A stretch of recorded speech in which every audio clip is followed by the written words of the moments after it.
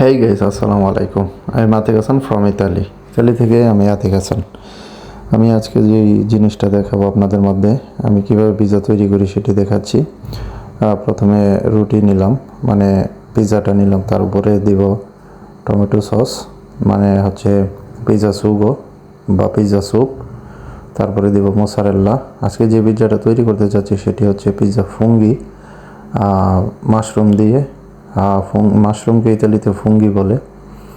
এই ফুঙ্গি পিৎজারে তৈরি করতেছি। আপনারা অবশ্যই ভিডিওটির পাশে থাকবেন এবং ভালো লাগলে অবশ্যই লাইক, কমেন্ট আর শেয়ার করে দেবেন। আর আমাকে উৎসাহ করতে অবশ্যই রিয়েক্ট এবং রেসপন্স জানাবেন। আমি পিৎজা ফুঙ্গি বা পিৎজা মাশরুম তৈরি করতেছি, সেটি খেতে খুব সুস্বাদু হয়। আপনাদের সামনে সরাসরি ভিডিওর মাধ্যমে দেখানোর চেষ্টা করাইতেছি, ঠিক আছে। আর আমার ভিডিওটা নিচ্ছে হচ্ছে আমার এক কলিগ, সে অনেক সুন্দর ভিডিও করে, তার জন্য হলেও আমাকে একটা লাইক দিয়ে যাবেন। এখন আমি এটাকে ফর্নতে ঢুকাবো, আমি এটাকে পুরোপুরি রেডি করে ফেলবো।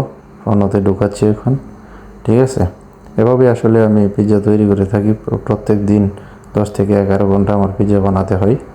তো কেমন হয়েছে ভিডিওটা অবশ্যই আপনারা কমেন্টের মাধ্যমে জানাবেন, ঠিক আছে। আপনাদের কমেন্টের প্রত্যাশায় আমি আছি। ইনশাআল্লাহ এমন নতুন ভিডিও